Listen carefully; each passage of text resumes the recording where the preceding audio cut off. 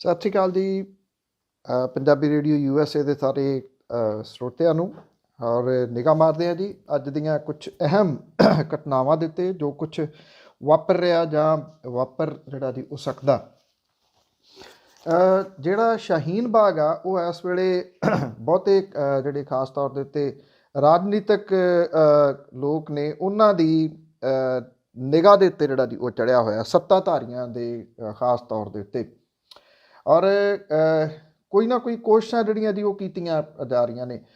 ਇੱਕ ਮੰਦਭਾਗੀ ਜਿਹੜੀ ਘਟਨਾ ਸੀ ਉਹ ਵਾਪਰਦੀ ਰਹਿ ਗਈ ਕਿ ਇੱਥੇ ਦਿੱਲੀ ਦੇ ਸ਼ਾਹੀਨ ਬਾਗ ਦੇ ਵਿੱਚ ਜਿਹੜੇ ਲੋਕ ਇੱਥੇ CAA ਦਾ ਵਿਰੋਧ ਕਰ ਰਹੇ ਆ, NRC ਦਾ ਵਿਰੋਧ ਜਿਹੜਾ ਉਹ ਕਰ ਰਹੇ ਆ, ਉੱਥੇ ਜਿਹੜੇ ਧਰਨੇ ਵਾਲੀ ਜਗ੍ਹਾ ਤੋਂ ਇੱਕ ਹਥਿਆਰਬੰਦ ਬੰਦੇ ਨੂੰ ਕਾਬੂ ਕੀਤਾ। ਔਰ ਇਹ ਕਿਹਾ ਜਾ ਰਿਹਾ ਹੈ ਕਿ ਇਹਦਾ ਸਬੰਧ ਕਿਸੇ ਸਿਆਸੀ ਪਾਰਟੀ ਦੇ ਨਾਲ ਹੋਣ ਦਾ ਦਾਅਵਾ ਕੀਤਾ ਜਾ ਰਿਹਾ।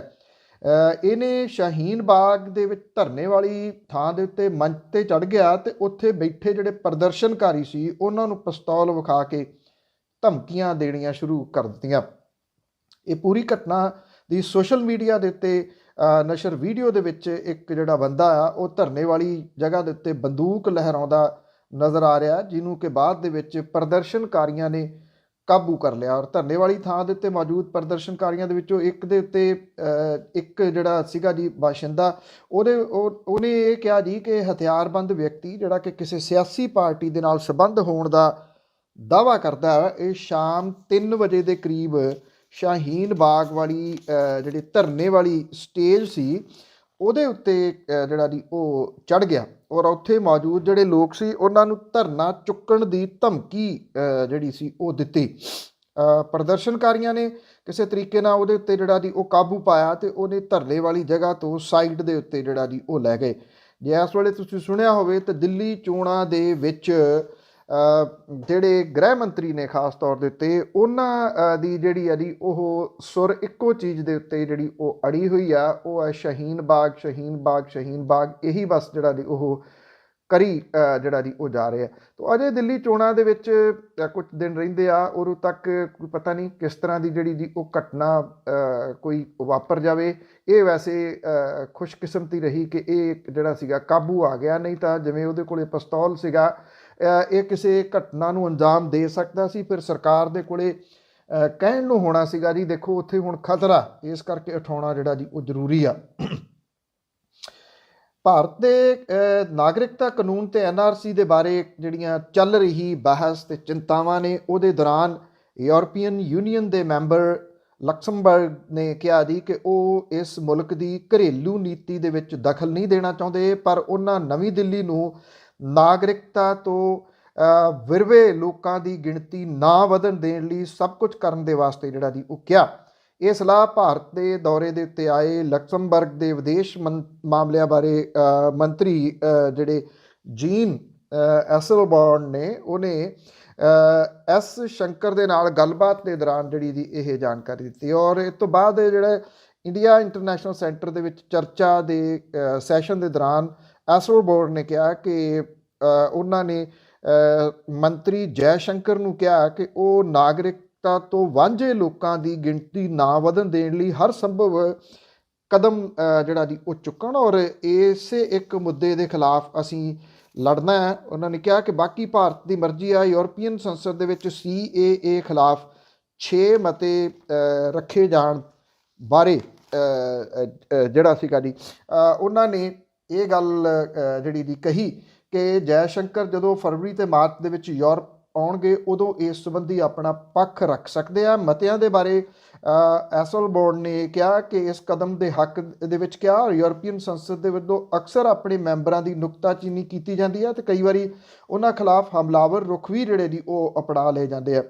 ਭਾਰਤੀ ਸੰਦਰਭ ਦੇ ਬਾਰੇ ਦੇ ਵਿੱਚ ਉਹਨਾਂ ਨੇ ਕਿਹਾ ਕਿ ਸਮੱਸਿਆ ਇਹ ਹੈ ਕਿ ਜੇ ਤੁਹਾਡੇ ਕੋਲ ਪ੍ਰਵਾਸ ਨਾਲ ਧਰਮ ਦਾ ਮਸਲਾ ਵੀ ਜੁੜ ਜਾਵੇ ਤਾਂ ਹੱਲ ਲੱਭਣਾ ਬਹੁਤ ਔਖਾ। ਉਹਨਾਂ ਨੇ ਅੱਗੇ ਕਿਹਾ ਕਿ ਮੈਂ ਦਖਲਅੰਦਾਜ਼ੀ ਨਹੀਂ ਕਰਨਾ ਚਾਹੁੰਦਾ, ਪਰ ਜੇ ਵਿਦੇਸ਼ ਮੰਤਰੀਆਂ ਵਜੋਂ ਸਾਡੇ ਕੋਲ ਚਰਚਾ ਦੀ ਸੰਭਾਵਨਾ ਹੈ, ਜੇ ਉਹ ਯੂਰਪੀਅਨ ਸੰਸਦ ਵੀ ਜਾ ਰਹੇ ਨੇ, ਤੇ ਮੈਂ ਉਹਨਾਂ ਨੇ ਕਿਹਾ ਕਿ ਨਾਗਰਿਕਤਾ ਤੋਂ ਵਾਂਝੇ ਲੋਕਾਂ ਦੀ ਗਿਣਤੀ ਵਧਣ ਦੇ ਹੱਕ ਦੇ ਵਿੱਚ ਨਹੀਂ। ਇਹ ਬਹੁਤ ਅਹਿਮ ਜਿਹੜੀ ਦੀ ਉਹ ਟਿੱਪਣੀ ਹੈ ਖਾਸ ਤੌਰ 'ਤੇ ਲਕਸਮਬਰਗ ਦੇ ਮੰਤਰੀ ਦੇ ਵੱਲੋਂ ਜਿਹੜੀ ਉਹ ਕੀਤੀ ਗਈ। ਇਸ ਵੇਲੇ ਜਿਹੜਾ ਅਕਾਲੀ ਦਲ ਬਾਦਲ ਹੈ ਉਹਦੇ ਵਾਸਤੇ ਜਿਹੜੀਆਂ ਡੇ ਬਾਈ ਡੇ ਮੁਸ਼ਕਲਾਂ ਉਹ ਵੱਧਦੀਆਂ ਤੁਰੀਆਂ ਜਾ ਰਹੀਆਂ ਨੇ। ਜਿਵੇਂ ਤੋਰਿਆ ਦਿੱਲੀ ਤੋਂ ਭਾਰਤੀ ਜਨਤਾ ਪਾਰਟੀ ਵਾਲਿਆਂ ਨੇ ਅਕਾਲੀ ਦਲ ਨੂੰ, ਉਹ ਸਭ ਦੇ ਜਿਹੜਾ ਜੀ ਉਹ ਸਾਹਮਣੇ ਆ। ਉਦੋਂ ਬਾਅਦ ਅਜੇ ਤੱਕ ਅਕਾਲੀ ਦਲ ਬਾਦਲ ਨੂੰ ਕੋਈ ਰਾਹ ਨਹੀਂ ਲੱਭ ਰਿਹਾ ਕਿ ਉਹ ਕਰੇ ਕੀ। ਉਹ ਦਿੱਲੀ ਦੇ ਵਿੱਚ ਭਾਰਤੀ ਜਨਤਾ ਪਾਰਟੀ ਦੀ ਸਪੋਰਟ ਕਰੇ, ਉਹਦੀ ਸਪੋਰਟ ਨਾ ਕਰੇ, ਕਿਉਂਕਿ ਇਸ ਵੇਲੇ ਸਭ ਤੋਂ ਵੱਡਾ ਜਿਹੜਾ ਮੁੱਦਾ ਬਾਦਲ ਦਲ ਦੇ ਸਾਹਮਣੇ ਬਣਿਆ ਪਿਆ ਉਹ ਇਹ ਬਣਿਆ ਪਿਆ ਕਿ ਉਹਨਾਂ ਨੇ ਆਪਣੀ ਇੱਕੋ ਇੱਕ ਜਿਹੜੀ ਕੁਰਸੀ ਆ ਉਹ ਕਿਵੇਂ ਬਚਾਉਣੀ ਆ, ਜਿਹੜੀ ਕਿ ਇੱਕ ਮੰਤਰੀ ਦੇ ਰੂਪ ਦੇ ਵਿੱਚ ਦਿੱਲੀ ਤੋਂ ਜਿਹੜੀ ਉਹ ਮਿਲੀ ਹੋਈ ਆ। ਸੁਖਦੇਵ ਸਿੰਘ ਢੀਂਡਸਾ ਤੇ ਉਹਨਾਂ ਦੇ ਬੇਟੇ ਉਧਰ ਜਿਹੜੇ ਜੀ ਟਕਸਾਲੀ ਅਕਾਲੀ, ਉਹਨਾਂ ਦੇ ਵੱਲੋਂ ਲਗਾਤਾਰ ਜਿਹੜੇ ਜੀ ਉਹ ਹਮਲਾਵਰ ਨੀਤੀ ਅਪਣਾਈ ਹੋਈ ਆ। 2 ਫਰਵਰੀ ਨੂੰ ਬਾਦਲ ਦਲ ਜਿਹੜਾ ਜੀ ਉਹ ਸੰਗਰੂਰ ਦੇ ਵਿੱਚ ਇਕੱਠ ਕਰਕੇ ਦੱਸਣ ਦੀ ਕੋਸ਼ਿਸ਼ ਦੇ ਵਿੱਚ ਆ ਕਿ ਅਜੇ ਵੀ ਲੋਕ ਉਹਦੇ ਨਾਲ ਨੇ। ਸੁਖਦੇਵ ਸਿੰਘ ਢੀਂਡਸਾ, ਪਰਮਿੰਦਰ ਸਿੰਘ ਢੀਂਡਸਾ ਦੇ ਜਾਣ ਦੇ ਨਾਲ ਕੋਈ ਫਰਕ ਨਹੀਂ ਪਿਆ। ਪਰ ਇਹਦੇ ਦੌਰਾਨ ਸਾਬਕਾ ਮੈਂਬਰ ਪਾਰਲੀਮੈਂਟ ਫਰੀਦਕੋਟ ਤੋਂ ਪਰਮਜੀਤ ਕੌਰ ਗੁਲਸ਼ਨ ਨੇ 2.5 ਵਰ੍ਹਿਆਂ ਦੀ ਚੁੱਪ ਤੋਂ ਬਾਅਦ ਪਾਰਟੀ ਦੇ ਪ੍ਰਧਾਨ ਨੂੰ ਚਿੱਠੀ ਭੇਜ ਕੇ ਆਪਣੀ ਨਾਰਾਜ਼ਗੀ ਤੇ ਸਿਆਸੀ ਰੌਂ ਦਾ ਇਸ਼ਾਰਾ ਜਿਹੜਾ ਜੀ ਉਹ ਕਰਕੇ ਬਾਦਲ ਪਰਿਵਾਰ ਦੀਆਂ, ਸੁਖਬੀਰ ਸਿੰਘ ਬਾਦਲ ਦੀਆਂ ਮੁਸ਼ਕਲਾਂ ਹੋਰ ਜਿਹੜੀਆਂ ਜੀ ਉਹ ਵਧਾ ਦਿੱਤੀਆਂ ਨੇ। ਅਕਾਲੀ ਦਲ ਬਾਦਲ ਨੇ ਟਕਸਾਲੀ ਪਰਿਵਾਰ ਦੀ ਦਲਿਤ ਮਹਿਲਾ ਆਗੂ ਬੀਬੀ ਗੁਲਸ਼ਨ ਤੇ ਸਾਬਕਾ ਵਿਧਾਇਕ ਜਸਟਿਸ ਨਿਰਮਲ ਸਿੰਘ ਨੂੰ ਹਾਸ਼ੀਏ ਤੇ ਧੱਕ ਦਿੱਤਾ ਸੀ, ਜਿਹਦੇ ਤੋਂ ਬਾਅਦ ਇਹ ਦੋਵੇਂ ਨਿਰਾਸ਼ ਹੋ ਕੇ ਘਰੇ ਜਿਹੜਾ ਜੀ ਉਹ ਬਹਿ ਗਏ। ਪਰਮਜੀਤ ਕੌਰ ਗੁਲਸ਼ਨ ਨੇ ਕਿਹਾ ਹੈ ਕਿ ਅਕਾਲੀ ਦਲ ਦੇ ਵਿੱਚ ਪਿਛਲੇ ਸਮੇਂ ਤੋਂ ਜਿਹੜੇ ਟਕਸਾਲੀ ਪਰਿਵਾਰ ਤੇ ਦਲਿਤ ਭਾਈਚਾਰੇ ਦੀ ਕੋਈ ਵੁਕਤ ਨਹੀਂ ਰਹੀ। ਦਲਿਤਾਂ ਨੂੰ ਵਿਤਕਰੇ ਦਾ ਸਾਹਮਣਾ ਕਰਨਾ ਪੈ ਰਿਹਾ। ਉਹਨਾਂ ਨੇ ਇਹ ਵੀ ਦਾਅਵਾ ਕੀਤਾ ਚਿੱਠੀ ਦੇ ਵਿੱਚ ਕਿ ਜਦੋਂ ਤੋਂ ਦਲਿਤ ਭਾਈਚਾਰੇ ਨੂੰ ਸ਼੍ਰੋਮਣੀ ਗੁਰਦੁਆਰਾ ਪ੍ਰਬੰਧਕ ਕਮੇਟੀ ਤੇ ਅਕਾਲੀ ਦਲ ਨੇ ਬੇਗਾਨਗੀ ਦਾ ਅਹਿਸਾਸ ਕਰਾਇਆ, ਉਦੋਂ ਤੋਂ ਡੇਰਾਵਾਦ ਨੂੰ ਹਵਾ ਮਿਲੀ ਹੈ। ਪਰਮਜੀਤ ਕੌਰ ਗੁਲਸ਼ਨ ਨੇ ਆਪਣੀ ਚਿੱਠੀ ਦੇ ਵਿੱਚ ਅੰਮ੍ਰਿਤਸਰ ਦੇ ਕੇਂਦਰੀ ਸਿੱਖ ਅਜਾਇਬ ਘਰ ਦੇ ਵਿੱਚ ਜਿਹੜੀਆਂ ਤਸਵੀਰਾਂ ਲਾਈਆਂ ਗਈਆਂ ਉਸ ਮਾਮਲੇ ਦੇ ਵਿੱਚ ਵੀ ਦਲਿਤ ਆਗੂਆਂ ਦੇ ਨਾਲ ਵਿਤਕਰਾ ਕੀਤੇ ਜਾਣ ਦਾ ਮੁੱਦਾ ਇਸ ਚਿੱਠੀ ਦੇ ਵਿੱਚ ਉਠਾਇਆ। ਬੀਬੀ ਗੁਲਸ਼ਨ ਨੇ ਕਿਹਾ ਕਿ ਜਿਨ੍ਹਾਂ ਸ਼ਖਸੀਅਤਾਂ ਦੀਆਂ ਤਸਵੀਰਾਂ ਲੱਗੀਆਂ ਨੇ ਉਹਨਾਂ ਦੀ ਕੁਰਬਾਨੀ ਦਲਿਤ ਸਮਾਜ ਦੀਆਂ ਵੱਡੀਆਂ ਸ਼ਖਸੀਅਤਾਂ ਦੇ ਬਦਲੇ ਤੁੱਛ ਹੈ। ਉਹਨਾਂ ਨੇ ਇਹ ਕਿਹਾ ਕਿ ਉਹਨਾਂ ਦੇ ਪਿਤਾ ਧੰਨਾ ਸਿੰਘ ਗੁਲਸ਼ਨ ਦੇ ਵੱਲੋਂ ਸਾਰੀ ਜ਼ਿੰਦਗੀ ਸਿੱਖ ਪੰਥ ਦੇ ਲੇਖੇ ਲਾਉਣ ਦੇ ਬਾਵਜੂਦ ਉਹਨਾਂ ਦੀ ਤਸਵੀਰ ਅਜਾਇਬ ਘਰ ਦੇ ਵਿੱਚ ਨਹੀਂ ਲੱਗ ਸਕੀ। ਉਹਨੇ ਚਿੱਠੀ ਦੇ ਵਿੱਚ ਇਹ ਗੱਲ ਉਠਾਈ ਹੈ ਕਿ ਇਸ ਬਾਬਤ ਉਹਨਾਂ ਸ਼੍ਰੋਮਣੀ ਕਮੇਟੀ ਤੱਕ ਪਹੁੰਚ ਕੀਤੀ ਤਾਂ ਉਹਨਾਂ ਤੋਂ ਪ੍ਰਤੀ ਬੇਨਤੀ ਜਿਹੜੀ ਜੀ ਉਹ ਮੰਗੀ ਗਈ। ਪ੍ਰਤੀ ਬੇਨਤੀ ਦੇਣ ਮਗਰੋਂ ਸ਼੍ਰੋਮਣੀ ਕਮੇਟੀ ਦੀ ਕਾਰਜਕਾਰਨੀ ਨੇ ਇਹਨੂੰ ਪ੍ਰਵਾਨਗੀ ਦਿੱਤੀ ਤੇ ਪੋਰਟਰੇਟ ਵੀ ਤਿਆਰ ਕਰਵਾ ਲਿਆ। ਫਿਰ ਕਾਰਵਾਈ ਅੱਗੇ ਨਹੀਂ ਵਧੀ ਤੇ ਉਹਨਾਂ ਸਮੇਂ-ਸਮੇਂ ਸ਼੍ਰੋਮਣੀ ਕਮੇਟੀ ਪ੍ਰਧਾਨਾਂ ਦੇ ਨਾਲ ਗੱਲ ਕੀਤੀ ਔਰ ਉਹਨਾਂ ਨੇ ਇਹ ਕਿਹਾ ਕਿ ਹੁਣ ਸ਼੍ਰੋਮਣੀ ਕਮੇਟੀ ਨੇ ਇਹ ਆਖ ਦਿੱਤਾ ਕਿ ਹਾਲੇ ਉੱਪਰੋਂ ਹੁਕਮ ਨਹੀਂ ਆਏ। ਬੀਬੀ ਗੁਲਸ਼ਨ ਦੇ ਵੱਲੋਂ ਲਿਖੀ ਗਈ ਇਸ ਚਿੱਠੀ ਨੇ ਬਾਦਲ ਪਰਿਵਾਰ ਦੀਆਂ ਮੁਸ਼ਕਲਾਂ ਜਿਹੜੀਆਂ ਜੀ ਉਹ ਹੋਰ ਵਧਾਤੀਆਂ ਨੇ, ਕਿਉਂਕਿ ਉਹਦਾ ਇਸ਼ਾਰਾ ਜਿਹੜਾ ਜੀ ਉਹ ਜਿਸ ਪਾਸੇ ਵੱਲ ਨੂੰ ਹੈ ਕਿ ਉਹ ਬਾਗੀ ਸੁਰਾਂ ਜਿਹੜੀਆਂ ਉਹ ਅਪਣਾ ਰਹੇ ਆ। ਇਹ ਵੀ ਕਿਹਾ ਜਾ ਰਿਹਾ ਹੈ ਕਿ ਜਿਹੜੇ ਸਾਬਕਾ ਜਸਟਿਸ ਨਿਰਮਲ ਸਿੰਘ ਨੇ ਉਹ ਸੰਪਰਕ ਦੇ ਵਿੱਚ ਨੇ ਢੀਂਡਸਾ ਪਰਿਵਾਰ ਦੇ ਔਰ ਉਹ ਉਹਨਾਂ ਦੇ ਨਾਲ ਜਿਹੜਾ ਜੀ ਉਹ ਤੁਰ ਸਕਦੇ ਆ। ਢੀਂਡਸਾ ਪਰਿਵਾਰ ਦੀ ਜਿੱਥੇ ਨਿਗਾਹ ਜਿਹੜੀ ਹੈ ਜੀ ਉਹ ਸਾਰੀ ਉਹਨਾਂ ਆਗੂਆਂ ਦੇ ਉੱਤੇ ਆ ਜਿਹੜੇ ਨਿਰਾਸ਼ ਘਰਾਂ ਦੇ ਵਿੱਚ ਸੁਖਬੀਰ ਬਾਦਲ ਹੋਰਾਂ ਦੇ ਸਟਾਈਲ ਕਰਕੇ ਬਿਠਾ ਦਿੱਤੇ ਗਏ। ਉਹਨਾਂ ਨੂੰ ਕੱਲੇ ਨੂੰ ਜਿਹੜਾ ਜੀ ਉਹ ਲੱਭ ਕੇ ਨਾਲ ਤੋਰਨ ਦੇ ਯਤਨਾਂ ਦੇ ਵਿੱਚ ਹੈ, ਕਿਉਂਕਿ 2 ਤਰੀਕ ਨੂੰ ਜਿਹੜੀ ਰੈਲੀ ਕਰਨ ਦੀ ਕੋਸ਼ਿਸ਼ ਸੁਖਬੀਰ ਸਿੰਘ ਬਾਦਲ ਹੋਰੀ ਕਰ ਰਹੇ ਆ, ਉਦੋਂ ਪਹਿਲਾਂ ਕੁਝ ਹਿਲਜੁਲ ਜਿਹੜੀ ਜੀ ਉਹ ਢੀਂਡਸਾ ਜਿਹੜੇ ਨੇ ਉਹ ਵੀ ਪਰਿਵਾਰ ਉਹ ਵੀ ਕੁਛ ਨਾ ਕੁਛ ਕਰੂਗਾ, ਭਾਵ ਕਿ ਅਜਿਹੇ ਲੋਕਾਂ ਨੂੰ ਉਹ ਆਪਣੇ ਨਾਲ ਤੋਰ ਸਕਦਾ ਹੈ। ਇਹ ਚਿੱਠੀ ਉਸੇ ਪਾਸੇ ਵੱਲ ਨੂੰ ਇਸ਼ਾਰਾ ਜਿਹੜਾ ਜੀ ਉਹ ਕਰਦੀ ਆ। ਗੱਲ ਚੱਲੀ ਆ ਅਕਾਲੀਆਂ ਦੀ, ਤੋਂ ਅਕਾਲੀ ਬੀਜੇਪੀ ਸਰਕਾਰ ਦੇ ਸਮੇਂ ਜਿਹੜੀ ਹੈਰੀਟੇਜ ਸਟਰੀਟ ਆ ਉਹਦੇ ਉੱਤੇ ਬੁੱਤ ਲਾਏ ਗਏ ਸੀਗੇ ਜਿਹੜੇ ਕਿ ਭੰਗੜੇ ਗਿੱਧੇ ਦੇ ਨਾਲ ਸੰਬੰਧਿਤ ਬੁੱਤ ਸੀਗੇ। ਉਸ ਟਾਈਮ ਵੀ ਇਹਨਾਂ ਦਾ ਵਿਰੋਧ ਹੋਇਆ ਸੀਗਾ, ਪਰ ਕਿਉਂਕਿ ਉਸ ਵੇਲੇ ਪਾਵਰ ਦੇ ਵਿੱਚ ਸੀ ਅਕਾਲੀ ਦਲ, ਸੁਖਬੀਰ ਸਿੰਘ ਬਾਦਲ ਹੋਰਾਂ ਦੀ ਕਹੀ ਗੱਲ ਜਿਹੜੀ ਦੀ ਉਹ ਆਖਰੀ ਸਮਝੀ ਜਾਂਦੀ ਸੀ। ਇਸੇ ਕਰਕੇ ਜਦੋਂ ਬੁੱਤਾਂ ਦਾ ਉਦਘਾਟਨ ਕੀਤਾ ਗਿਆ ਤੇ ਨਾਲ ਦਮਦਮੀ ਟਕਸਾਲ ਦੇ ਮੁਖੀ ਵੀ ਖੜੇ ਸੀ, ਜਿਨ੍ਹਾਂ ਦੇ ਨਾਲ ਦੇ ਸਾਥੀ ਇਹਨਾਂ ਦਿਨਾਂ ਦੇ ਵਿੱਚ ਇਹਨਾਂ ਬੁੱਤਾਂ ਦੀ ਵਿਰੋਧਤਾ ਜਿਹੜੀ ਦੀ ਉਹ ਕਰ ਰਹੇ ਸੀ। ਇਹ ਵਿਵਾਦ ਪਿਛਲੇ ਦਿਨੀ ਸਟਾਰਟ ਹੋਇਆ ਔਰ ਇਹ ਵਿਵਾਦ ਉਸ ਸਮੇਂ ਸਟਾਰਟ ਹੋਇਆ ਜਦੋਂ ਇੱਕ ਵੱਡਾ ਵਿਵਾਦ ਜਿਹੜਾ ਦੀ ਉਹ ਉੱਭਰ ਕੇ ਸਾਹਮਣੇ ਆਇਆ ਸੀ ਕਿ ਕੀ ਕਿਸੇ ਵਿਅਕਤੀ ਦੇ ਦਰਬਾਰ ਸਾਹਿਬ ਤੋਂ ਪ੍ਰਸਾਰਿਤ ਹੁੰਦੇ ਹੁਕਮਨਾਮੇ ਦੇ ਉੱਤੇ ਜਿਹੜਾ ਦੀ ਉਹਨਾਂ ਦੇ ਕਾਪੀਰਾਈਟਸ ਹੋ ਸਕਦੇ ਆ। ਇਹ ਮੁੱਦਾ ਜਦੋਂ ਜ਼ਿਆਦਾ ਭੱਕ ਗਿਆ ਤੇ ਵਿੱਚੋਂ ਫਿਰ ਬੁੱਤਾਂ ਵਾਲਾ ਮੁੱਦਾ ਨਿਕਲਿਆ, ਬੁੱਤ ਤੋੜੇ ਗਏ ਤੇ ਇਹ ਮੁੱਦਾ ਜਿਹੜਾ ਸੀ ਦਬ ਗਿਆ ਕਿਤੇ। ਉਸ ਤੋਂ ਬਾਅਦ ਕੁਝ ਜਿਹੜੇ ਨੌਜਵਾਨ ਸੀ ਉਹਨਾਂ ਦੇ ਉੱਤੇ ਮਾਮਲਾ ਵੀ ਦਰਜ ਕੀਤਾ ਗਿਆ, ਧਾਰਾਵਾਂ ਗੰਭੀਰ ਉਹਨਾਂ ਦੇ ਉੱਤੇ ਲਾਈਆਂ ਗਈਆਂ। ਉਦੋਂ ਕਿਉਂਕਿ ਹੈਰੀਟੇਜ ਸਟਰੀਟ ਸਥਾਪਿਤ ਕਰਕੇ ਜਿਹੜੀ ਉਸ ਵੇਲੇ ਦੀ ਸਰਕਾਰ ਸੀ ਉਹ ਅਸਲ ਜਿਹੜੇ ਉਹ ਮੁਸ਼ਕਲਾਂ ਸਨ, ਉਸ ਵੇਲੇ ਚਿੱਟੇ ਦੀ ਮੁਸ਼ਕਲ ਸੀ, ਬੇਅਦਬੀਆਂ ਦਾ ਮੁੱਦਾ ਜਿਹੜਾ ਦੀ ਬਹੁਤ ਭਖਿਆ ਹੋਇਆ ਸੀ, ਉਹ ਇਹਨਾਂ ਤੋਂ ਧਿਆਨ ਡਾਈਵਰਟ ਕਰਨਾ ਚਾਹੁੰਦੀ ਸੀ। ਔਰ ਹੁਣ ਵਾਲੀ ਜਿਹੜੀ ਮੌਜੂਦਾ ਸਰਕਾਰ ਹੈ, ਕਹਾਣੀ ਅੱਜ ਵੀ ਉੱਥੇ ਹੀ ਜਿਹੜੀ ਦੀ ਉਹ ਖੜੀ ਆ। ਪੰਜਾਬ ਸਮੱਸਿਆਵਾਂ ਦੇ ਦਰਪੇਸ਼ ਹੈ, ਉਹੋ ਹੀ ਸਮੱਸਿਆਵਾਂ ਇਸ ਵੇਲੇ ਮੂੰਹ ਅੱਡੀ ਖੜੀਆਂ ਨੇ, ਜਿਨ੍ਹਾਂ ਸਮੱਸਿਆਵਾਂ ਨੂੰ ਭੁਨਾ ਕੇ ਮੌਜੂਦਾ ਸਰਕਾਰ ਜਿਹੜੀ ਉਹ ਸੱਤਾ ਹਾਸਲ ਜੀ ਨੇ ਕੀਤੀ ਸੀਗੀ। ਹੁਣ ਮੁੱਖ ਮੰਤਰੀ ਨੇ ਜਿਹੜਾ ਦੀ ਹੈਰੀਟੇਜ ਸਟਰੀਟ ਤੋਂ ਇਹ ਬੁੱਤ ਜਿਹੜੇ ਉਹ ਹਟਾਉਣ ਦੇ ਆਦੇਸ਼ ਦੇ ਦਿੱਤੇ ਨੇ। ਮੁੱਖ ਮੰਤਰੀ ਨੇ ਜਿਹੜੇ ਪੁਲਿਸ ਮੁਖੀ ਨੇ ਉਹਨਾਂ ਨੂੰ ਗ੍ਰਿਫਤਾਰ ਕੀਤੇ ਗਏ ਨੌਜਵਾਨਾਂ ਦੇ ਖਿਲਾਫ ਕੇਸ ਦੇ ਬਾਰੇ ਮੁੜ ਕੇ ਵਿਚਾਰ ਕਰਨ ਦੇ ਵਾਸਤੇ ਆਖਿਆ। ਮੁੱਖ ਮੰਤਰੀ ਦੇ ਵੱਲੋਂ ਸੱਭਿਆਚਾਰਕ ਮਾਮਲਿਆਂ ਦੇ ਬਾਰੇ ਵਿਭਾਗ ਨੂੰ ਆਦੇਸ਼ ਦਿੱਤੇ ਗਏ ਆ ਕਿ ਹੈਰੀਟੇਜ ਸਟਰੀਟ ਦੇ ਵਿੱਚੋਂ ਵਿਵਾਦਤ ਬੁੱਤਾਂ ਨੂੰ ਹਟਾ ਕੇ ਕਿਸੇ ਹੋਰ ਥਾਂ ਦੇ ਉੱਤੇ ਸਥਾਪਿਤ ਜਿਹੜਾ ਜੀ ਉਹ ਕੀਤਾ ਜਾਵੇ ਔਰ ਜਿਹੜੇ ਕੇਸ ਦਰਜ ਹੋਏ ਆ ਉਹਦੇ ਉੱਤੇ ਮੁੜ ਕੇ ਵਿਚਾਰ ਜਿਹੜਾ ਜੀ ਉਹ ਕੀਤਾ ਜਾਵੇ। ਇਹ ਵੀ ਪਤਾ ਲੱਗਾ ਕਿ ਮੁੱਖ ਮੰਤਰੀ ਨੇ ਪਹਿਲਾਂ ਅਕਾਲ ਤਖਤ ਦੇ ਜਥੇਦਾਰ ਕਾਰਜਕਾਰੀ ਜਥੇਦਾਰ ਜਿਹੜੇ ਨੇ ਗਿਆਨੀ ਹਰਪ੍ਰੀਤ ਸਿੰਘ ਦੇ ਨਾਲ ਫੋਨ ਦੇ ਉੱਤੇ ਗੱਲਬਾਤ ਜਿਹੜੀ ਜੀ ਉਹ ਇਹਦੇ ਸੰਬੰਧੀ ਕੀਤੀ ਤੇ ਉਸ ਤੋਂ ਬਾਅਦ ਉਹਨਾਂ ਨੇ ਇਹ ਆਦੇਸ਼ ਜਿਹੜੇ ਸੀਗੇ ਜੀ ਉਹ ਜਾਰੀ ਕੀਤੇ। ਇਹ ਕਿਹਾ ਜਾ ਰਿਹਾ ਕਿ ਜਥੇਦਾਰ ਹੋਰਾਂ ਨੇ ਇਹ ਕਿਹਾ ਕਿ ਇਹ ਹਰਿਮੰਦਰ ਸਾਹਿਬ ਦੀ ਰੂਹਾਨੀਅਤ ਦੇ ਅਨੁਕੂਲ ਨਹੀਂ। ਇਹ ਜਥੇਦਾਰ ਸਾਹਿਬ ਅੱਜ ਜਿਹੜਾ ਜੀ ਉਹ ਬੋਲ ਰਹੇ ਨੇ, ਜਦੋਂ ਇਹ ਲਾਏ ਗਏ ਸੀਗੇ ਬੁੱਤ ਅਕਾਲ ਤਖਤ ਉਦੋਂ ਵੀ ਮੌਜੂਦ ਸੀ। ਇਹ ਠੀਕ ਹੈ ਕਿ ਉਦੋਂ ਜਥੇਦਾਰ ਜਿਹੜਾ ਜੀ ਉਹ ਹੋਰ ਸਨ, ਪਰ ਇਹ ਕਿਤੇ ਨਾ ਕਿਤੇ ਮੁੱਦਾ ਜਿਹੜਾ ਜੀ ਉਹ ਅਸਲ ਸਮੱਸਿਆਵਾਂ ਜਿਹੜੀਆਂ ਜੀ ਉਹਨਾਂ ਤੋਂ ਧਿਆਨ ਡਾਈਵਰਟ ਕਰਨ ਵਾਲਾ, ਚਾਹੇ ਜਿਹੜਾ ਹੁਕਮਨਾਮੇ ਦਾ ਵਿਵਾਦ ਆਇਆ ਸੀ ਉਹਦੇ ਤੋਂ, ਤੇ ਚਾਹੇ ਮੌਜੂਦਾ ਸਰਕਾਰ ਜਿਹੜੀ ਕਿ ਉਹ ਵੀ ਉਹਨਾਂ ਹੀ ਮਸਲਿਆਂ ਦੇ ਵਿੱਚ ਜਿਹੜਾ ਦੀ, ਚਾਹੇ ਉਹ ਨਸ਼ੇ ਦਾ ਮਾਮਲਾ, ਚਾਹੇ ਬੇਅਦਬੀਆਂ ਵਾਲਾ ਮਾਮਲਾ, ਕਹਾਣੀ ਉੱਥੇ ਹੀ ਖੜੀ ਆ। ਉਹ ਧਿਆਨ ਡਾਈਵਰਟ ਕਰਨ ਦੇ ਵਾਸਤੇ ਉਹਨਾਂ ਨੇ ਵੀ ਇਹ ਬੁੱਤਾਂ ਦੀ ਰਾਜਨੀਤੀ ਜਿਹੜੀ ਆ ਜੀ ਉਹ ਕਰ ਦਿੱਤੀ ਆ। ਉੱਥੋਂ ਹੁਣ ਬੁੱਤ ਹਟਾਏ ਜਾਣਗੇ ਔਰ ਹਟਾਉਣ ਤੋਂ ਬਾਅਦ ਕਿੱਥੇ ਲਾਏ ਜਾਂਦੇ ਆ ਇਹ ਨਹੀਂ ਕੁਝ ਵੀ ਜਿਹੜਾ ਜੀ ਉਹ ਪਤਾ।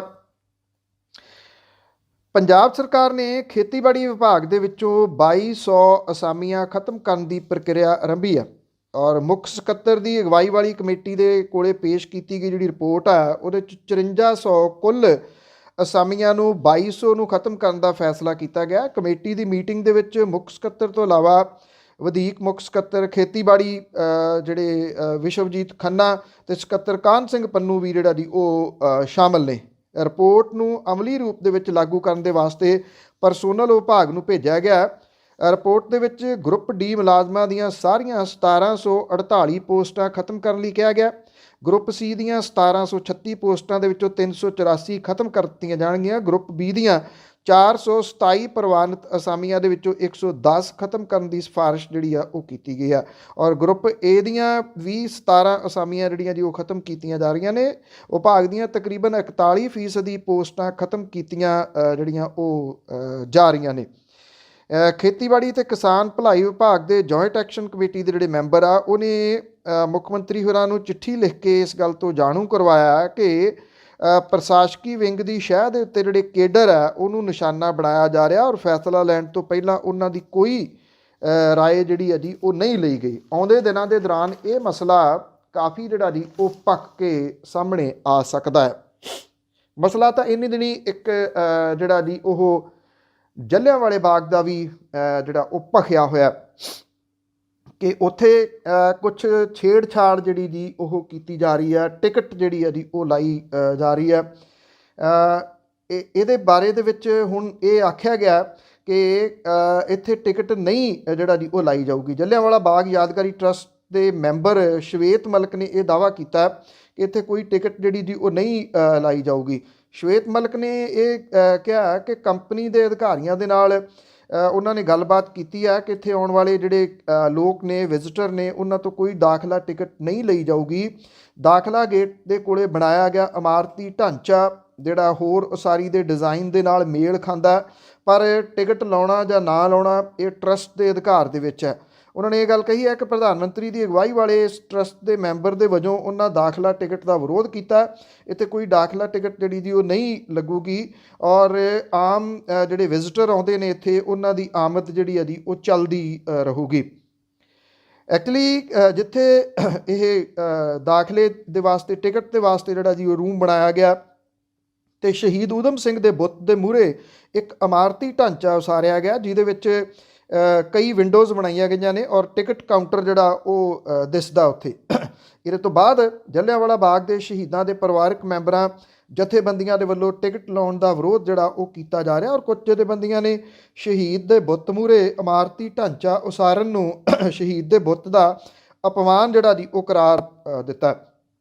ਜਥੇਬੰਦੀਆਂ ਦੇ ਵੱਲੋਂ ਕੀਤੇ ਜਾ ਰਹੇ ਵਿਰੋਧ ਤੋਂ ਬਾਅਦ ਕੇਂਦਰ ਸਰਕਾਰ ਨੇ ਦਾਖਲਾ ਟਿਕਟ ਲਾਉਣ ਦੇ ਆਪਣੇ ਜਿਹੜੇ ਫੈਸਲੇ ਨੂੰ ਵਾਪਸ ਲਿਆ ਔਰ ਜਿਹੜਾ ਇੱਥੇ ਉਸਾਰਿਆ ਗਿਆ ਜਿਹੜਾ ਇੱਕ ਢਾਂਚਾ ਹੈ ਉਹਨੂੰ ਇੱਥੋਂ ਹਟਾਉਣ ਦੀ ਗੱਲ ਜਿਹੜੀ ਹੈ ਜੀ ਉਹ ਲੋਕਾਂ ਦੇ ਰੋਹ ਨੂੰ ਵੇਖਦਿਆਂ ਹੋਇਆਂ ਜਿਹੜੀ ਉਹ ਕਹੀ ਗਈ ਆ। ਜਿਹੜਾ ਪੁਰਾਤੱਤਵ ਵਿਭਾਗ ਹੈ ਉਹਦੀ ਨਿਗਰਾਨੀ ਦੇ ਹੇਠ ਕੋਈ 19 ਕਰੋੜ 36 ਲੱਖ ਰੁਪਏ ਦੀ ਲਾਗਤ ਦੇ ਨਾਲ ਸਾਂਭ ਸੰਭਾਲ ਦਾ ਕੰਮ ਜਿਹੜਾ ਦੀ ਉਹ ਚੱਲ ਰਿਹਾ ਔਰ 13 ਅਪ੍ਰੈਲ ਤੱਕ ਲਾਈਟ ਐਂਡ ਸਾਊਂਡ ਸ਼ੋਅ ਸ਼ੁਰੂ ਕਰਨ ਦੀ ਯੋਜਨਾ ਜਿਹੜੀ ਦੀ ਉਹ ਦੱਸੀ ਜਾ ਰਹੀ ਹੈ। ਇਹ ਕਿਹਾ ਜਾ ਰਿਹਾ ਕਿ ਰਾਤ 9 ਵਜੇ ਤੱਕ ਜਦੋਂ ਇਹ ਮੁਕੰਮਲ ਹੋ ਗਿਆ ਤਾਂ ਇਹ ਖੁੱਲ੍ਹਿਆ ਜਿਹੜਾ ਜੀ ਉਹ ਜਾਇਆ ਕਰੂਗਾ। ਇਹ ਹੁਣ ਇੱਕ ਮੈਂਬਰ ਨੇ ਗੱਲ ਜਿਹੜੀ ਜੀ ਉਹ ਆਖੀ ਆ, ਵੇਖਦੇ ਆ ਇਹਦੇ ਉੱਤੇ ਸਹੀ ਜਿਹੜੀ ਹੈ ਜੀ ਉਹ ਟਰਸਟ ਪਾਉਂਦਾ ਜਾਂ ਜਿਹੜਾ ਜੀ ਉਹ ਨਹੀਂ। ਮੌਜੂਦਾ ਪੰਜਾਬ ਸਰਕਾਰ ਨੇ ਪੰਜਾਬ ਦੇ ਵਿੱਚ ਸਮਾਰਟ ਪਿੰਡ ਬਣਾਉਣ ਦੇ ਵਾਸਤੇ ਜਿਹੜਾ ਮੁਕੰਮਲ ਫੰਡ ਦੇਣ ਤੋਂ ਹੱਥ ਘੁੱਟ ਲਏ ਆ ਕਿਉਂਕਿ ਖਾਲੀ ਖਜ਼ਾਨਾ ਇਸ ਵੇਲੇ। ਤੋਂ ਬਾਅਦ ਕਾਂਗਰਸੀ ਸਰਪੰਚ ਜਿਹੜੇ ਨੇ ਜੀ ਉਹਨਾਂ ਦੇ ਕੋਲੇ ਜਵਾਬ ਨਹੀਂ ਹੁਣ ਕੋਈ ਵੀ ਹੈਗਾ। ਪੇਂਡੂ ਵਿਕਾਸ ਤੇ ਪੰਚਾਇਤ ਵਿਭਾਗ ਨੇ ਸਮਾਰਟ ਪਿੰਡ ਦੇ ਫੰਡਾਂ ਦੀ ਦੂਜੀ ਕਿਸ਼ਤ ਤੇ ਕਰੀਬ 30% ਦਾ ਕੱਟ ਲਾ ਦਿੱਤਾ। ਸੂਤਰੇ ਵੀ ਦੱਸਦੇ ਆ ਕਿ ਖਜ਼ਾਨੇ ਦੀ ਤੰਗੀ ਕਰਕੇ ਦੂਜੀ ਕਿਸ਼ਤ ਦੇ ਵਿੱਚ ਬਕਾਇਆ ਫੰਡ ਭੇਜਣ ਦੀ ਥਾਂ ਦੇ ਉੱਤੇ ਸਿਰਫ 20% ਦੀ ਗ੍ਰਾਂਟ ਹੀ ਜਾਰੀ ਜਿਹੜੀ ਉਹ ਕੀਤੀ ਗਈ ਆ ਔਰ ਮੌਜੂਦਾ ਕੈਪਟਨ ਸਰਕਾਰ ਨੇ ਕਰੀਬ 22 ਮਹੀਨਿਆਂ ਪਿੱਛੋਂ ਪਿੰਡਾਂ ਦੇ ਵਿਕਾਸ ਲਈ ਕਰੀਬ ਸਾਲ ਪਹਿਲਾਂ ਫੰਡ ਭੇਜੇ ਸੀਗੇ। ਪੇਂਡੂ ਵਿਕਾਸ ਲਈ ਹੋਰ ਕਿਤੋਂ ਪੈਸਾ ਬੱਝਵੇਂ ਰੂਪ ਦੇ ਵਿੱਚ ਨਹੀਂ ਦਿੱਤਾ ਜਿਹੜਾ ਦੀ ਉਹ ਜਾ ਰਿਹਾ। ਪੰਜਾਬ ਸਰਕਾਰ ਨੇ ਸਮਾਰਟ ਪਿੰਡ ਮੁਹਿੰਮ ਦੇ ਤਹਿਤ ਸਾਰੇ ਸੂਬੇ ਨੂੰ ਕਰੀਬ 383 ਕਰੋੜ ਰੁਪਏ ਦੇ ਫੰਡ ਅਲਾਟ ਕੀਤੇ ਸੀਗੇ ਜਿਹਦੇ ਚੋਂ 50% ਦੀ ਫੰਡ ਪਹਿਲੀ ਕਿਸ਼ਤ ਦੇ ਵੱਲੋਂ ਜਾਰੀ ਕੀਤੇ ਗਏ ਸੀ। ਨਵੇਂ ਬਣੇ ਸਰਪੰਚਾਂ ਨੇ ਦੂਜੀ ਕਿਸ਼ਤ ਪੂਰੀ ਮਿਲਣ ਦੀ ਝਾਕ ਦੇ ਵਿੱਚ ਵਿਕਾਸ ਪ੍ਰੋਜੈਕਟ ਜਿਹੜੇ ਜੀ ਉਹ ਲੀਕ ਲਏ ਔਰ ਕੰਮ ਵੀ ਨੇਪਰੇ ਚਾੜ ਲਏ, ਪਰ ਹੁਣ ਸਰਕਾਰ ਨੇ ਬਕਾਇਆ ਜਿਹੜੇ 50% ਦੀ ਫੰਡ ਹੈ ਉਹ ਭੇਜਣ ਦੀ ਥਾਂ ਸਿਰਫ 20% ਦੀ ਗ੍ਰਾਂਟ ਜਾਰੀ ਕੀਤੀ ਹੈ। ਇਸ ਤੋਂ ਬਾਅਦ ਕਾਂਗਰਸੀ ਸਰਪੰਚਾਂ ਨੂੰ ਜਿਹੜਾ ਜੀ ਉਹ ਧੁੜਕੂ ਲੱਗ ਗਿਆ। ਠੇਕੇਦਾਰ ਡਰ ਗਏ ਆ ਕਿਉਂਕਿ ਉਹਨਾਂ ਨੂੰ ਆਪਣੀ ਅਦਾਇਗੀ ਫਸਣ ਦਾ ਡਰ ਜਿਹੜਾ ਜੀ ਉਹ ਬਣ ਗਿਆ। ਪੇਂਡੂ ਵਿਕਾਸ ਤੇ ਪੰਚਾਇਤ ਵਿਭਾਗ ਨੇ ਪਹਿਲੀ ਕਿਸ਼ਤ ਦੇ ਵਜੋਂ ਰਾਜ ਭਰ ਦੇ ਵਿੱਚ 180 ਕਰੋੜ ਰੁਪਏ ਦੀ ਰਾਸ਼ੀ ਇਸ ਸਕੀਮ ਦੇ ਤਹਿਤ ਜਾਰੀ ਕੀਤੀ ਸੀ। ਹੁਣ ਦੂਜੀ ਕਿਸ਼ਤ ਦੀ ਬਣਦੀ 50% ਦੀ ਰਾਸ਼ੀ ਦੀ ਜਗ੍ਹਾ ਸਰਕਾਰ ਨੇ ਸਿਰਫ 70 ਕਰੋੜ ਤੇ 70 ਲੱਖ ਰੁਪਏ ਦੇ ਫੰਡ ਜਾਰੀ ਕੀਤੇ ਆ। ਬਠਿੰਡਾ ਜ਼ਿਲ੍ਹੇ ਨੂੰ ਸਮਾਰਟ ਪਿੰਡ ਮੁਹਿੰਮ ਦੇ ਤਹਿਤ 19 ਕਰੋੜ ਤੇ 72 ਲੱਖ ਰੁਪਏ ਅਲਾਟ ਹੋਇਆ। ਦੂਜੀ ਕਿਸ਼ਤ ਦੇ ਪੌਣੇ 10 ਕਰੋੜ ਰੁਪਏ ਚੋਂ ਹੁਣ 4 ਕਰੋੜ 4 ਲੱਖ ਰੁਪਏ ਹੀ ਮਿਲੇ ਆ। ਇਹ ਪੈਸਾ ਜਿਹੜਾ ਵਿੱਤ ਵਿਭਾਗ ਦੀ ਪ੍ਰਵਾਨਗੀ ਤੋਂ ਬਾਅਦ ਹਰ ਜਿਹੜਾ ਡਿਸਟ੍ਰਿਕਟ ਦੀ ਅਥਾਰਟੀ ਨੂੰ ਟਰਾਂਸਫਰ ਜਿਹੜਾ ਉਹ ਕੀਤਾ ਜਾਂਦਾ। ਸਮਾਰਟ ਪਿੰਡ ਮੁਹਿੰਮ ਦੇ ਤਹਿਤ ਸਭ ਤੋਂ ਵੱਧ ਫੰਡ ਡਿਸਟ੍ਰਿਕਟ ਲੁਧਿਆਣਾ ਨੂੰ 30 ਕਰੋੜ 64 ਲੱਖ ਰੁਪਏ ਮਿਲੇ ਆ। ਹੁਸ਼ਿਆਰਪੁਰ ਨੂੰ 28 ਕਰੋੜ ਫੰਡ ਅਲਾਟ ਜਿਹੜੇ ਦੀ ਉਹ ਹੋਏ ਆ। ਅੰਮ੍ਰਿਤਸਰ ਨੂੰ 26 ਕਰੋੜ, ਗੁਰਦਾਸਪੁਰ ਜ਼ਿਲ੍ਹੇ ਨੂੰ 27 ਕਰੋੜ, ਜਲੰਧਰ ਨੂੰ 22 ਕਰੋੜ, ਪਟਿਆਲਾ ਨੂੰ 24 ਕਰੋੜ, ਬਠਿੰਡੇ ਨੂੰ 19 ਕਰੋੜ 72 ਲੱਖ ਰੁਪਏ ਦੇ ਫੰਡ ਜਿਹੜੇ ਆ ਜੀ ਉਹ ਮਿਲੇ ਆ। ਹੁਣ ਇਹ ਜਿਹੜੇ ਜੀ ਫੰਡ ਹੈ ਉਹ ਰੁਕਣ ਦੀ ਵਜ੍ਹਾ ਕਰਕੇ ਜਿਹੜਾ ਜੀ ਸਾਰੇ ਕੰਮ ਜਿਹੜੇ ਆ ਉਹ ਖਾਸ ਤੌਰ ਦੇ ਉੱਤੇ ਉਹ ਖੜੋ ਜਾਣਗੇ। ਹੁਣ ਜਿਹੜੇ ਜੀ ਪਿੰਡਾਂ ਵਿੱਚ ਮਾੜੇ ਮੋਟੇ ਜਿਹੜਾ ਜੀ ਉਹ ਹੋ ਰਹੇ ਸੀਗੇ ਤੇ ਜਾਂਦੇ ਜਾਂਦੇ ਜਿਹੜਾ ਜੀ ਦਿੱਲੀ ਦੀ ਪੁਲਿਸ ਦੇ ਵੱਲੋਂ ਸ਼ਰਜੀਲ ਇਮਾਮ ਜਹਾਨਾਬਾਦ ਤੋਂ ਜਿਹੜਾ ਜੀ ਉਹ ਗ੍ਰਿਫਤਾਰ ਕੀਤਾ ਗਿਆ। ਇਹਨੂੰ ਲੈ ਕੇ ਕਈ ਕਿਸਮ ਦਾ ਚਰਚਾ ਜਿਹੜਾ ਜੀ ਉਹ ਚੱਲ ਰਿਹਾ। ਇਹ ਕਿਹਾ ਜਾ ਰਿਹਾ ਕਿ ਸ਼ਰਜੀਲ ਇਮਾਮ ਦੀ 40 ਮਿੰਟ ਦੀ ਤਕਰੀਰ ਸੀਗੀ, ਜਿਹਦੇ ਵਿੱਚ ਉਹ ਅਸਲ ਦੇ ਵਿੱਚ ਕਾਂਗਰਸ ਦੇ ਉੱਤੇ ਨਿਸ਼ਾਨਾ ਲਾ ਰਿਹਾ, ਉਹ ਮਹਾਤਮਾ ਗਾਂਧੀ ਦੇ ਉੱਤੇ ਨਿਸ਼ਾਨਾ ਲਾ ਰਿਹਾ, ਉਹ ਖੱਬੇ ਸੱਜਿਆਂ ਦੇ ਉੱਤੇ ਨਿਸ਼ਾਨਾ ਲਾ ਰਿਹਾ। ਪਰ ਉਹਦੇ ਵਿੱਚੋਂ ਕੁਝ ਪਾਰਟ ਜਿਹੜਾ ਜੀ ਉਹ ਕੱਢ ਲਿਆ ਗਿਆ ਔਰ ਉਹ ਕੁਝ ਪਾਰਟ ਕੱਢ ਕੇ ਉਹਨੂੰ ਪ੍ਰਚਾਰਿਆ ਗਿਆ। ਔਰ ਪ੍ਰਚਾਰਿਆ ਇਹ ਵੀ ਜਿਹੜਾ ਜੀ ਕਿਹਾ ਜਾ ਰਿਹਾ ਕਿ ਉਹ ਮਾਸਟਰ ਮਾਈਂਡ ਹੈ ਸ਼ਾਹੀਨ ਬਾਗ ਦਾ, ਭਾਵ ਕਿ ਉਹਨੂੰ ਸ਼ੁਰੂ ਕਰਾਉਣ ਦਾ। ਜਿਵੇਂ ਉਹ ਇੱਕ ਬੰਦੇ ਦੀ ਸਕੀਮ ਜਿਹੜੀ ਹੋਵੇ, ਜੇ ਇੱਕ ਬੰਦੇ ਦੀ ਸਕੀਮ ਹੁੰਦੀ ਤਾਂ ਉੱਥੇ ਇੰਨੇ ਲੋਕ ਜਿਹੜਾ ਜੀ ਉਹ ਕਿਵੇਂ ਆ ਜਾਂਦੇ, ਇਹ ਆਪਣੇ ਆਪ ਦੇ ਵਿੱਚ ਜਿਹੜਾ ਜੀ ਉਹ ਸਵਾਲ ਹੈ। ਹੁਣ ਉਹਨੂੰ ਜਿਹੜਾ ਜੀ ਗ੍ਰਿਫਤਾਰ ਕੀਤਾ ਗਿਆ। ਕੁਝ ਜਿਹੜੇ ਜੀ ਸੂਤਰ ਇਹ ਵੀ ਕਹਿ ਰਿਹਾ ਕਿ ਸ਼ਰਜੀਲ ਨੇ ਆਤਮ ਸਮਰਪਣ ਜਿਹੜਾ ਜੀ ਉਹ ਕੀਤਾ। ਉਹਨੂੰ ਇਸ ਤਰੀਕੇ ਦਾ ਬਣਾ ਕੇ ਪੇਸ਼ ਕੀਤਾ ਜਾ ਰਿਹਾ ਜਿਵੇਂ ਕਿਸੇ ਸਮੇਂ ਕਨ੍ਹਈਆ ਕੁਮਾਰ ਨੂੰ ਜਿਹੜਾ ਉਹ ਪੇਸ਼ ਕੀਤਾ ਗਿਆ ਸੀਗਾ, ਕਿਉਂਕਿ ਕਨ੍ਹਈਆ ਕੁਮਾਰ ਹੁਣ ਚੱਲਦੇ ਨਹੀਂ, ਉਹ ਪੁਰਾਣੀ ਹੋ ਗਈ ਗੱਲ, ਉਹ ਗੱਲ ਕਿਸੇ ਪਾਸੇ ਲੱਗੇ ਨਹੀਂ, ਤੇ ਇੱਕ ਹੋਰ ਕਨ੍ਹਈਆ ਕੁਮਾਰ ਦੀ ਜਿਹੜੀ ਉਹ ਜ਼ਰੂਰਤ ਸੀ। ਤੇ ਸ਼ਰਜੀਲ ਇਮਾਮ ਇਸ ਮਾਮਲੇ ਦੇ ਵਿੱਚ ਜਿਹੜਾ ਜੀ ਇਸ ਸਾਂਚੇ ਦੇ ਵਿੱਚ, ਇਸ ਢਾਂਚੇ ਦੇ ਵਿੱਚ ਫਿੱਟ ਬਹਿੰਦਾ ਸੀ, ਜਿੱਥੇ ਕਿ ਉਹਨੂੰ ਜਿਹੜਾ ਜੀ ਇਸ ਤਰੀਕੇ ਦਾ ਲਿਆ ਕੇ ਪੇਸ਼ ਜਿਹੜਾ ਜੀ ਉਹ ਕੀਤਾ ਗਿਆ। ਸ਼ਰਜੀਲ ਇਮਾਮ ਜਿਹੜਾ Indian institute of technology Mumbai ਤੇ ਤੋਂ ਕੰਪਿਊਟਰ ਸਾਇੰਸ ਦੇ ਵਿੱਚ ਗ੍ਰੈਜੂਏਟ ਹੈ। ਤੋਂ ਬਾਅਦ ਉਹ ਦਿੱਲੀ ਆ ਗਿਆ, JNU ਦੇ ਇਤਿਹਾਸ ਵਿਭਾਗ ਦੇ ਵਿੱਚ ਖੋਜ ਕਾਜ ਕਰ ਰਿਹਾ। ਬਿਹਾਰ ਦੇ ਮੁੱਖ ਮੰਤਰੀ ਨੇ ਇਹਦੀ ਗ੍ਰਿਫਤਾਰੀ ਤੇ ਟਿੱਪਣੀ ਕਰਦਿਆਂ ਕਿਹਾ ਕਿ ਭਾਰਤ ਦੇ ਵਿੱਚ ਸਭ ਨੂੰ ਰੋਸ ਜ਼ਾਹਰ ਕਰਨ ਦਾ ਹੱਕ ਹੈ, ਪਰ ਮੁਲਕ ਦੀ ਵੰਡ ਦੀ ਗੱਲ ਨਹੀਂ ਕੀਤੀ ਜਿਹੜਾ ਜੀ ਉਹ ਜਾ ਸਕਦੀ। ਨਿਤਿਸ਼ ਕੁਮਾਰ ਨੇ ਕਿਹਾ ਕਿ ਇਮਾਮ ਨੂੰ ਗ੍ਰਿਫਤਾਰ ਕਰਕੇ ਪੁਲਿਸ ਨੇ ਕਾਨੂੰਨੀ ਘੇਰੇ ਵਿੱਚ ਕਾਰਵਾਈ ਕੀਤੀ ਹੈ ਤੇ ਹੁਣ ਅਦਾਲਤ ਆਪਣੀ ਜਿਹੜੀ ਹੈ ਜੀ ਉਹ ਕਾਰਵਾਈ ਅੱਗੇ ਤੋਰੂਗੀ। ਸੋ ਇਹ ਸਨ ਜੀ ਅੱਜ ਦੀਆਂ ਕੁਝ ਗੱਲਾਂ ਬਾਤਾਂ। ਤੁਹਾਡੇ ਨਾਲ ਦੁਬਾਰਾ ਮੁਲਾਕਾਤ ਕੱਲ੍ਹ ਨੂੰ ਫਿਰ ਹੋਊਗੀ ਜੀ। ਇਜਾਜ਼ਤ ਦਿਓ ਜੀ, ਧੰਨਵਾਦ, ਸਤਿ ਸ਼੍ਰੀ ਅਕਾਲ।